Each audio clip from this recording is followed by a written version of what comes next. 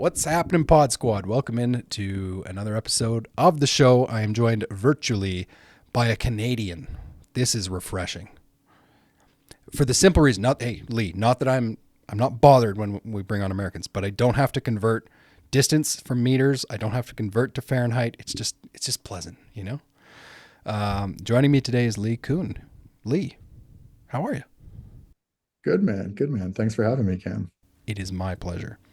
So Leigh Kuhn is somebody. I bet you most people listening to this, you probably have some of the equipment that this guy's responsible for. He's the president of Rynoworx, and that's mostly how I know you. But it doesn't take much to when you start stalking you on LinkedIn there, Leigh. Like you got your hands in a lot of different things. A serial entrepreneur of sorts. You're laughing, so it must be true. And if that weren't enough, in addition, like I'm going to ask you about all this crazy stuff you do, but you also have four daughters. Is that right? I do. Yeah. Four daughters from 10 months to almost 8 years. Yeah. Man, I have three. Oh, yeah. You're not far behind me then. Yeah, and I will never catch up to you. I'm good with three, bro. All right. All right. So yeah, you're a busy guy. Lots of businesses, lots of experiences. So my goal here is to, well, get the Rynoworx brand out there because truthfully, even before I knew you, we're a Rynoworx customer. We love the stuff. So we'll talk about that, but just getting your brain a little bit, how you do all this stuff, because you do a lot of it. So where do you want to start, man? You want to give us like I like to start with the 2 minute summary. Do you want to give us the 2 minute summary? Yeah. I guess maybe kind of give a little bit of a history of Rynoworks and I guess of myself. So, um, I guess maybe starting with myself.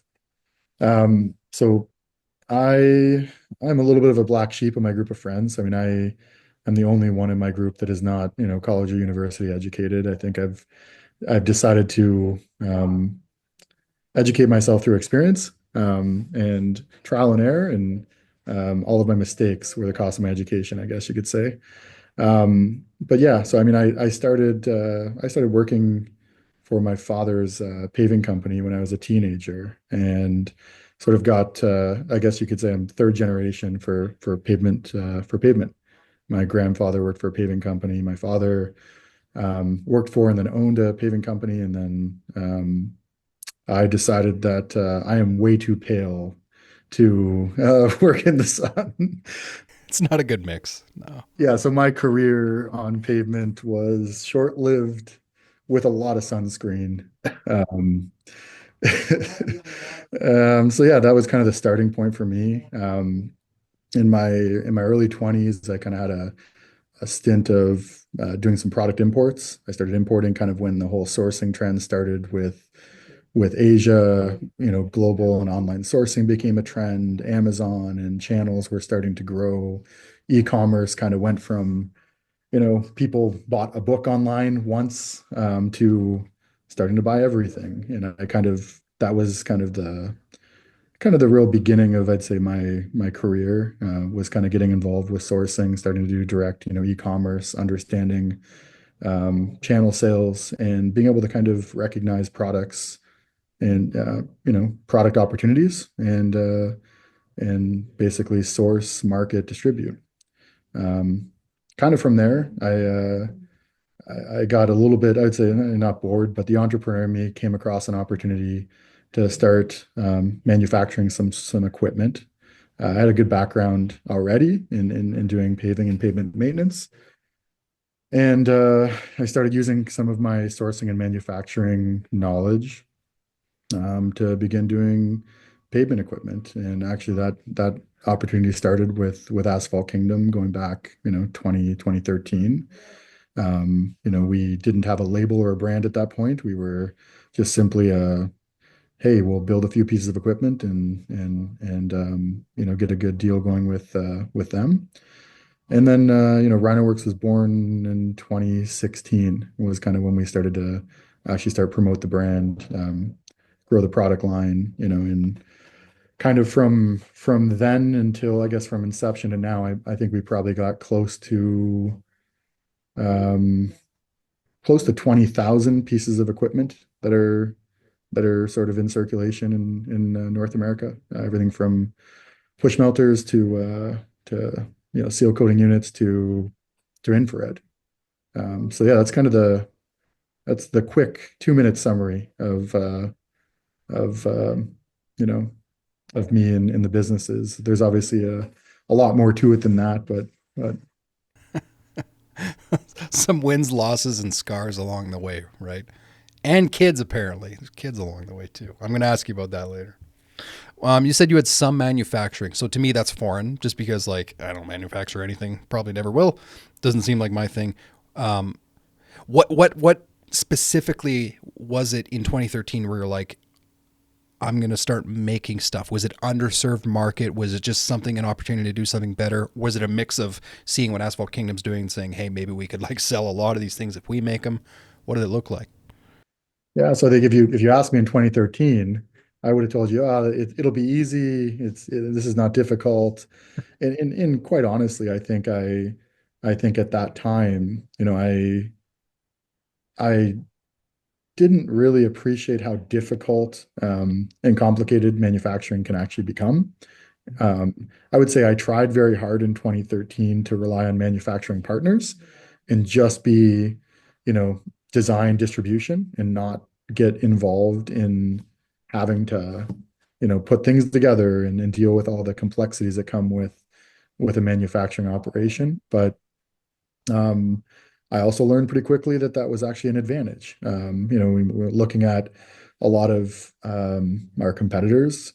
Um, many of them, many of them design and then outsource manufacturing entirely, and that comes with challenges because you have difficulty controlling quality. You have difficulty deploying change when you don't have control of the product. And that was something I think I learned really early on when we started the business, which is and that I really appreciate today, which is the value of not only designing product but also understanding every aspect of how to source components effectively to what can we do in-house well versus what would be better suited to outsource to a partner that's really good at something. Um, so yeah. Man, it's wintertime right now, which for us at our company here in beautiful Prince George, BC, Canada, it's great because we can go plow snow and make money. But for a lot of you guys listening, you have striping businesses. You don't want to get into snow removal. I totally get it. It's not for everyone. How do you make money in the winter? That is the question. Our friends at Mighty Line can help you. So we are a proud believer, and they sponsor this show for a reason. The product is awesome. So if you don't know what Mighty Line is, go to the website. In fact, I'm going to give you a link where they will actually give you a free sample kit. mightylinetape.com/stripe it. mightylinetape.com/stripe it. They're going to send you a free sample kit of some of their most commonly used products. This product can be used indoors during the wintertime in industrial facilities, warehouses. They have custom work, so much stuff that your customers will love, and it will help keep their facilities safe too. So if you don't want to go plow snow, but you'd still like to make money in the winter, mightylinetape.com/stripe it. That will let them know that you were listening, and they will send you a free sample kit of their products. Gotcha. So there's something else I want to ask you about. I'm actually really curious about this one, and I don't want to I don't want to lose our American listeners here. But generally, when I explain this to people in the States, they're actually quite interested. Like, you're obviously you're based in Canada, you're based in Ontario, but you've conducted businesses in the States and in the Caribbean. So, but you're based in Canada, and you and I know something about Canada that a lot of people don't know in the States, which is it's just not common to do seal coating in particular, right? So in the States, like you start up a seal coating company, no big deal. It's not as common here, especially in commercial, at least in my side of the country on the West Coast here. You don't see a lot of commercial. So I'm curious, the decision to start manufacturing pavement maintenance equipment and obviously like now into seal coating equipment as well. Is that because you see opportunity in Canada? Because to me, that just seems like it's like as a contractor, Lee, it's a huge challenge. We're trying to sell something that people don't really know about. Tell me about Canada and how that's factored into things.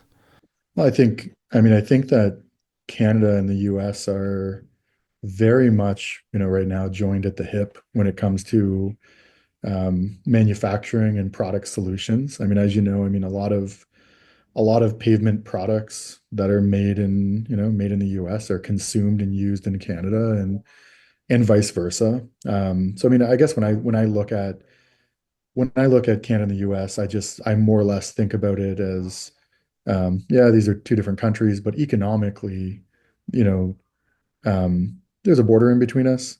But when I make my business decisions, I'm really looking at the broader market of both countries, right? It's not I don't think about my business opportunities, as being tied to one specific country. It's more or less where's the demand, can we compete, in whatever sandbox we're going into. Um, and I think with seal coating equipment, that was a lot of the driver. It's like, yeah, Canada is an emerging market for it.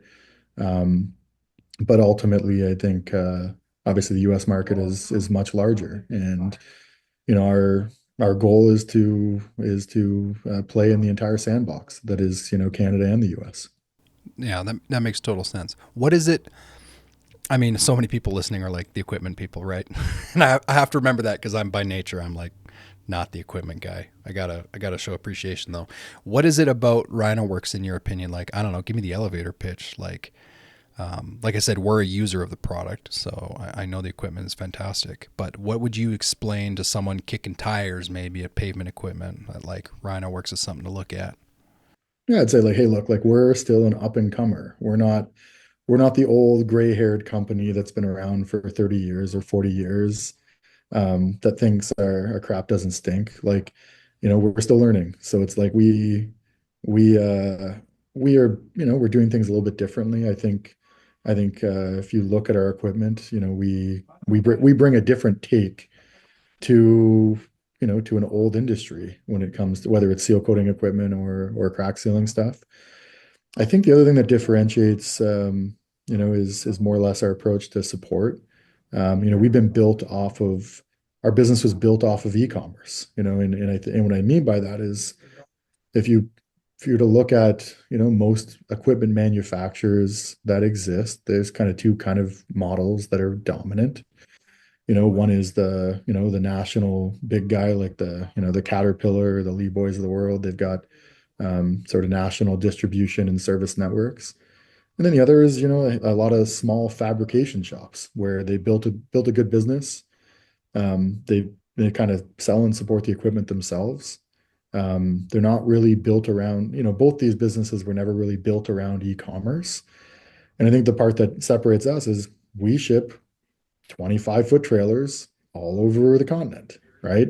We figure out ways to white glove that to our customer. We don't look at it as, hey, okay, you want to buy a trailer from us, we'll get on an airplane and fly to our facility. We try to make it as easy as possible to support, e-commerce and people that want to basically buy a product online and get it delivered to their door and make the experience as good or as easy as possible. So I think that's one big differentiator for us. I think another one is that we're sort of a full service setup. So, where you'll get a fab shop that's kind of making things as they go. We sort of try to build products, on a certain type of scale. We don't build onesies and twosies. We're not a custom builder.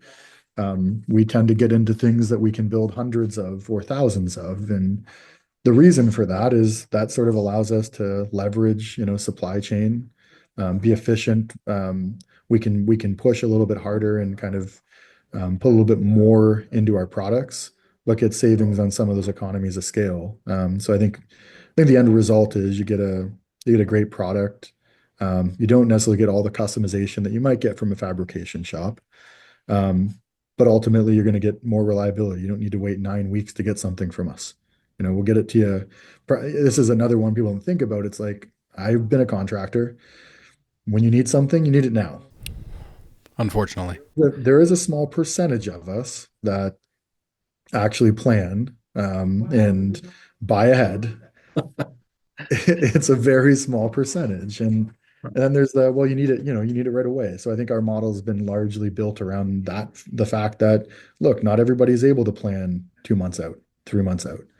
And sometimes when you need something, you need to be able to get it, quickly. So I think we've been able to kind of serve create a little bit of a difference between us and some of our other competitors. And I think the last one is just support. I mean, we are proficient with email and calls. I know it, there's it sounds like it's a frivolous thing these days to kind of get customer support, but we still provide it, right? And we I'd say that we have a conviction for caring for the people that we serve, right? We care. We want people to have a good experience, and sometimes they don't, and it doesn't stop us from doing the right thing. So I think those are call me old school in terms of some of those values, but like I think those things matter to us, right? Like I like to go to bed feeling like I've done the best that I could, and knowing that I've done right by our customers. Um, and we don't always get everything right, but I think that, that's to me the, integrity matters, and um, not every business gets everything right all the time. It's not, that's the ultimate measurement. How do people react in times of crisis? Could you count on us? And hopefully most people would say the answer is yes to that. That makes total sense. Yeah, I'm still waiting for that business that's got it all figured out. It's not, it doesn't exist yet. But as long as they're not crooked or corrupt, that's Well, it. actually, if you go to Facebook, lots of those businesses exist, right? Like you can become a millionaire overnight. It's Oh, easy. You yeah. can sit, you can lay down in a beach lounger, no stress, right? Someone will feed you drinks all day. You don't have to think about it. Like, yeah, no, it is unfortunately not that easy. Well, I'm going to ask you about that too. So, like, just a quick summary. You do other stuff. You got other businesses on the go, and certainly over the years, right? Like, I didn't use the term serial entrepreneur by accident. What else are you doing here, man? And how are you doing all this? Yeah, so I mean, like going back to my roots, when I started the sourcing, business that eventually led to Rynoworx, in advance of that, I had started a pretty big e-commerce, parts import business. I would say it was small at the time. It's grown to be much larger. I have a handful of partners in that business, with operations in Michigan and some warehousing and distribution in Georgia as well as Ontario. Um, so that's one of the day jobs that occupies a good portion of my time right now. Um, Obviously, we've got the maintenance store. Pavement Depot is another one of the businesses that I'm involved in. I don't run the day-to-days there. Adam does a good job at that. But that was originally created to kind of support more or less, you know, driving feedback to be able to help Rynoworx develop better products. And that's kind of still one of the avenues that's there to help.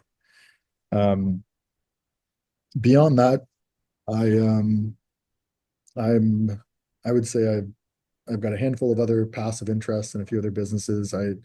If you ask me what the long game is, it's probably having several dozen cool, ventures that I get to be a strategic part of, but I don't have to do the daily dirty work. It's kind of like being a grandparent, right? Like that's the ultimate gig. It's like you get to take the kids, borrow them for the day, and then take them back after they're all sugared up. Yeah, that's the way I look at it with business. I think it's funny that you're forward thinking about your future business aspirations. You're going to be on the beach twiddling with 32 companies, but you're also forward thinking about grandkids. That's awesome. Yeah, Um, no, so like that's and I think I've taken a pretty good interest recently in I built a vacation property in the Caribbean from the ground up. That's been a very fun experience. Just everything from um, everything from the concept to the sourcing of the materials to finding um, individual trades and labor and GC. Yeah, it's been quite the experience. I'll tell you. Building. I don't know if anyone's ever seen Island of Bryan, but I will tell you, for anyone that has, yeah, it's a real thing. It's building in the Caribbean is not easy. It is very difficult, time consuming, um, frustrating, but kind of at the tail end of that. And it's been a pretty rewarding, process. So that's been cool. You don't strike me as a risk adverse person. If you were to somehow calculate it for me, like Man, if you only knew me 10 years ago. tell me what I want to know about that. What was what? So 10 years ago, you know what? Actually, it just dawned on me that you founded Rynoworx. I know that's not the only venture you have, but you founded Rynoworx before kids. Just dawned on me. So actually, all of almost all of the daily businesses that I'm involved in were in some form or another founded before kids. And you know what? Like I mean, it's good that you bring that up. It's like now ask if you were to ask me again today, would I do the same thing now? With four kids, I don't think it'd be possible. I think that's actually something that I'm incredibly grateful for, but I think it's really, really difficult, to raise a family, while at the same time, to be able to scale businesses. It's certainly at the starting, in the starting point where it's really critical to kind of get past that hump, both sort of size wise and financially, with kids. That's what I often hear, and I get it's almost like an unfair question, Lee. But like, if you knew back in 2013, like if you could see the mountain, because sometimes you can't see the mountain until you start climbing it, and then you get to the top and you're like, oh, there's another mountain behind. But if you knew what you knew now, do you think if you were able to have that knowledge beforehand, you would have started? I probably would have run faster. Like you remember, like, okay, this is happening. Oh, this is okay. This is what it looks like. Okay, yep, I got to go faster. Um, I don't think it would have changed the outcome, to be honest. But um, yeah, I think, and I think that family is good in the sense that it forces you to think, about what's important. To prioritize. You can't do everything. You've got a limited amount of time in a day, and you've got to be able to get certain things done. Um, so I don't know that I would change anything there, but I do think it's worth, it is certainly something worth thinking about, for younger listeners um, that are not yet in that point in time. More or less to call it, hey, look, like you can work 18 to 20-hour days right now, with very little impact, but there may come a point in time where that is very difficult. And I think what I attribute to the earlier days is like, being able to work those longer days, being able to put in those longer hours. I want to say time being almost unlimited before children. Um, it allowed me to try a lot of things. It gave me the flexibility, not only in terms of time, but also in terms of, I could take a lot more risk, right? I can afford to, um, at least the way that I thought about it, you can afford to, toss a lot more, on the table and not worry if something goes wrong. I think for whatever reason, as soon as you start having kids, it's like, maybe I shouldn't do this, or maybe I should, think about this a little bit harder before I say yes. I don't know if you can relate to that one, or if it's just me, but I started after kids, so it's always been there. I didn't have the, but I also don't regret that. Yeah, I don't feel like I lost, a few years of having all of the chips on the table, so to speak. I think, everyone says kids change you because it's true. There's a reason why people all say it. So yeah, I understand. No, I totally get it. Well, I don't know how, how much you want to talk about or share, but you imagine when you take those, especially in the early days, you take more and more chances, you're going to strike out a few times. There's probably been some lessons along the way. There's probably been some things that didn't work. What, I don't know, you can get as specific as you want to, or maybe just talk about the how those situations come up and how those failures happen. Because I'm very pro failure, but what have been some of those hurdles you've overcome? yeah. So I think, I mean, we talked about this a little bit earlier on, but obviously I'm the black sheep of my group of friends, right? I'm not university or college educated, and I think about this a lot in the sense that when all of my friends were making decisions on where they were going to go and what they were going to go to school for, it was like, none of this really resonated. Like, to me, it never really made sense. But I guess what I'm really grateful for is that, I took a lot of that time when everyone was going to school to sort of, get my hands dirty, get involved with, obviously my dad's business, and eventually led to starting my own. I took a lot of that time where my friends were in, university, and sort of learned the hard way, right? Like, okay, I'm gonna start a business, when I'm 18, and start figuring out how to make all these things work. And I think, I guess what I really think is valuable, is when you're young, um, you're just you're so resilient, right? Like you can take punches, you can, take losses, you can almost hit the reset button continuously, at a younger age, and make so many mistakes and still rebound from it. And I think, to me, that's maybe the most, um, I don't think that I necessarily have, there are people that are far more intelligent than me. Um, I believe that 100%. Like, I'm not the most intelligent guy in the room, but give me enough time with a piece of material, and I'll get to know it very well. And I think that, um, that's something that in our society we don't necessarily pitch so much. It's like, everything is just everyone's just sort of pushed into, hit 18, get to college, university, choose what you want to do, and then, 3 years later, or 4 years later, you're either a doctor or maybe you're a cab driver, right? Like, which way did it go? But I think that there's another path for a lot of people that doesn't resonate with, which is, hey, look, if you're going to school and you don't know what you want to do, that's okay, right? Just get out there, get your hands dirty, and try a few things.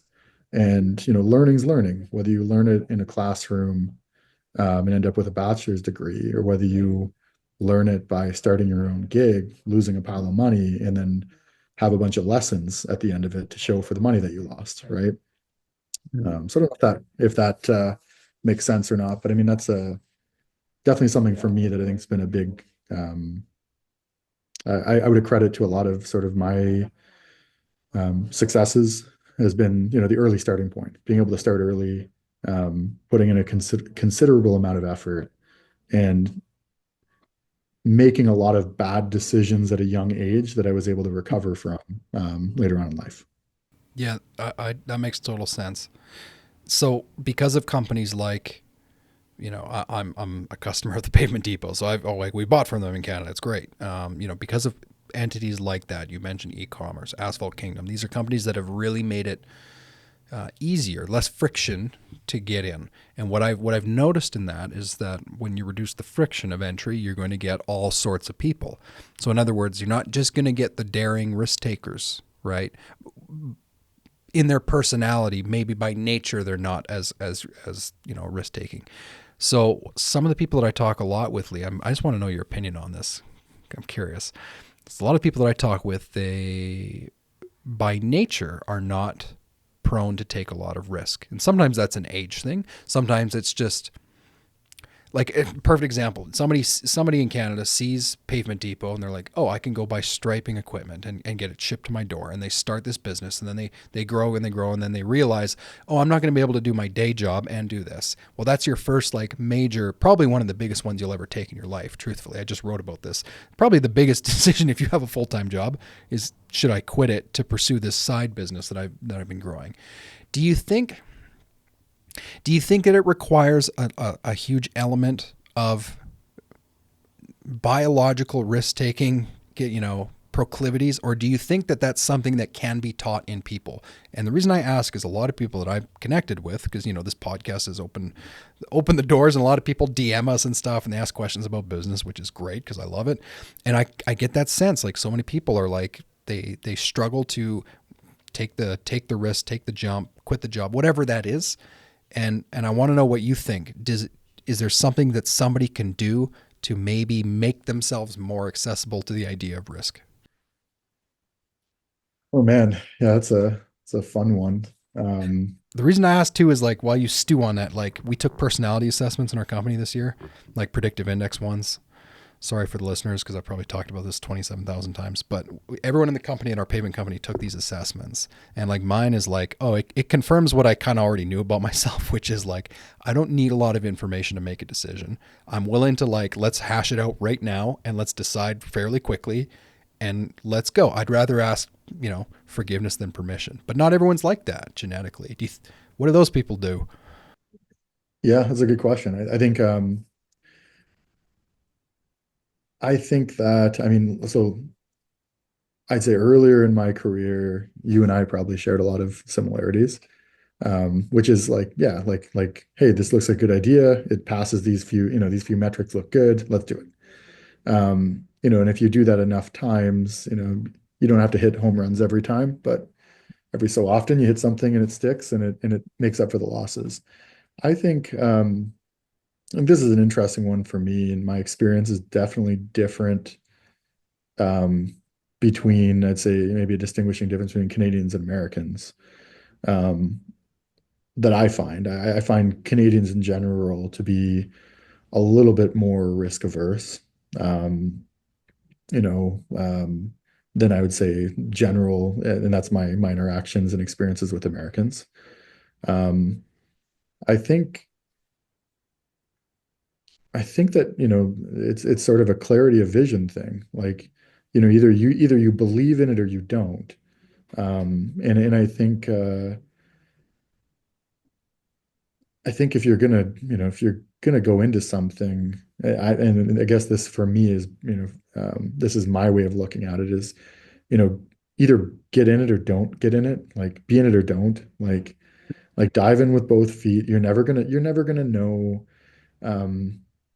you're never gonna know whether you could do something well if you don't put all your effort into it, right? And you don't really give it a hard shot.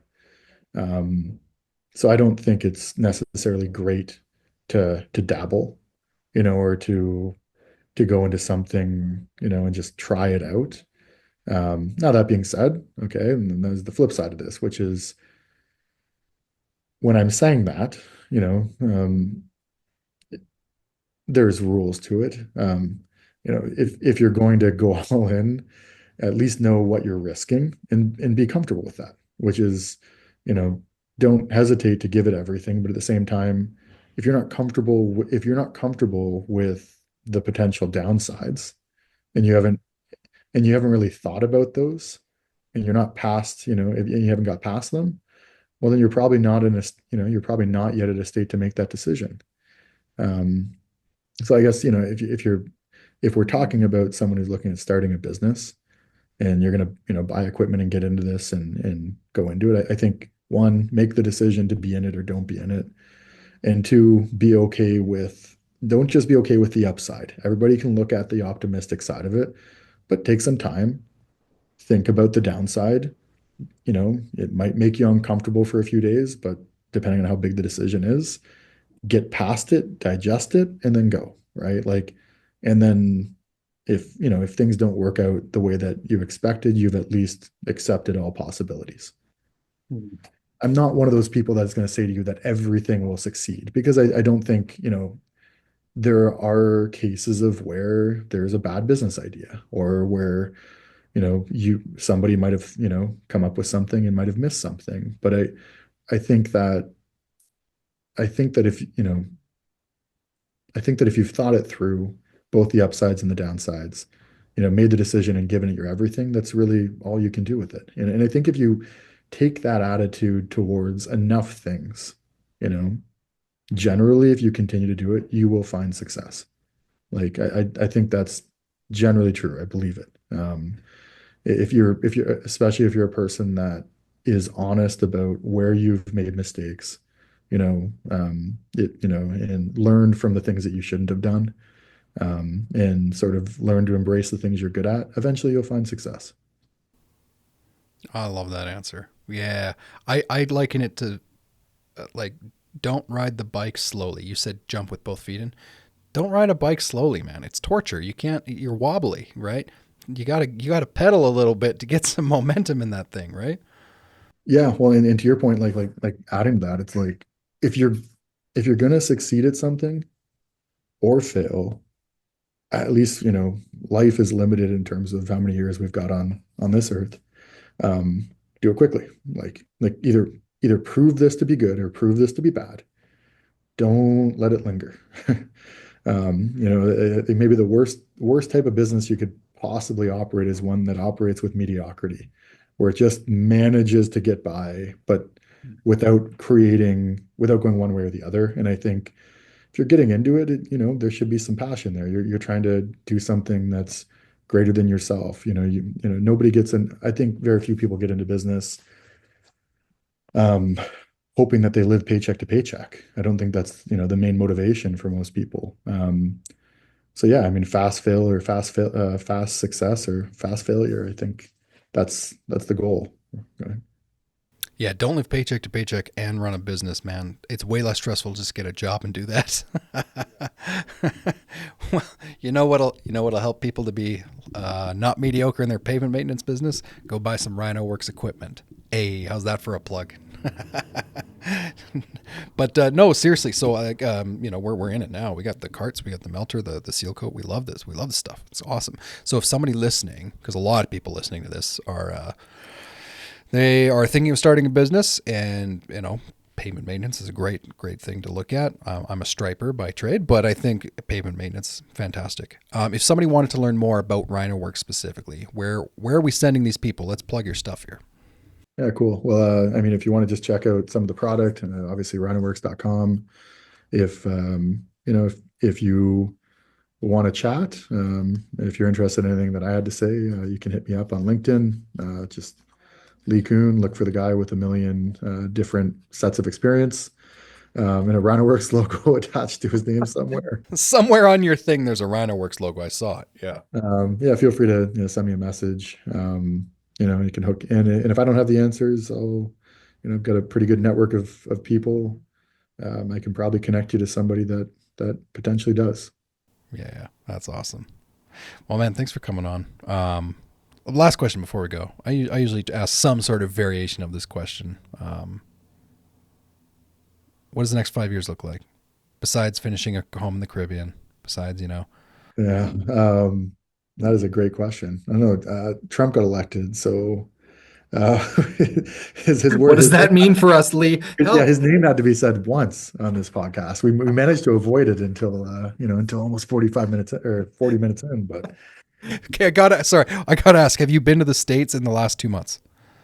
yeah. I mean, I've got lots of relationships and partners and stuff, and Oh. try to leave politics, off the table. But I would say, it's really difficult to know. We're at a time right now, in where there's a whole lot of change, and I'd say that there's a whole lot of uncertainty, right? So I will say that putting the uncertainty and that stuff aside, um, from a Rynoworks perspective, we're working hard to sort of advance our skills and knowledge in a few pretty cool areas. Imagine gaming met seal coating, that sort of a thing. We're working on some cool stuff. So um, yeah, I can't say too much more, but and just say that yeah, we've been working on acquiring some really cool skills, advancing our internal engine product development knowledge. And over the next probably 3 to 5 years, you could expect to see some pretty cool, um, very different game-changing products start to come out of our lineup. Stuff that has not been tried yet. So, assuming commerce still exists, I imagine that's probably what you'll see. Hang in there, man. No, like I don't sweat the politics stuff at all. I just, yeah, you get a lot of comments when you visit the States. But well, that's exciting, man. Obviously just looking at your resume, so to speak, it's clear that innovating and doing things uniquely is part of the MO of who you are. So to see that kind of trickle down potentially in the next 3 to 5 years in the product. If you need product, that's my way of saying if you need product testing, Leigh. You just give me a call and I'll happily test out anything you got, no problem. Sounds cool. Sounds cool. Cool, man. Well, thanks for coming on. So thank you for plugging. We're gonna make sure everything's in the show notes too. So when people are listening, or if they're on YouTube, and they can click down below, check out all of the Rynoworx stuff, get to know the product a little bit. If anyone's listening wants to ask me about it, I'm a user as well, so I'd be happy to answer questions too. But I think you should probably ask somebody at Rynoworx. You know, they're the real deal. But man, thanks for coming on and for sharing the story, but also like how you actually pull this all off. I mean, there's obviously a lot more to it, but I'm really grateful you came on. I think somebody's going to listen to this and go, maybe I should put both feet in. Very cool. Thanks for having me, Cam. I appreciate it.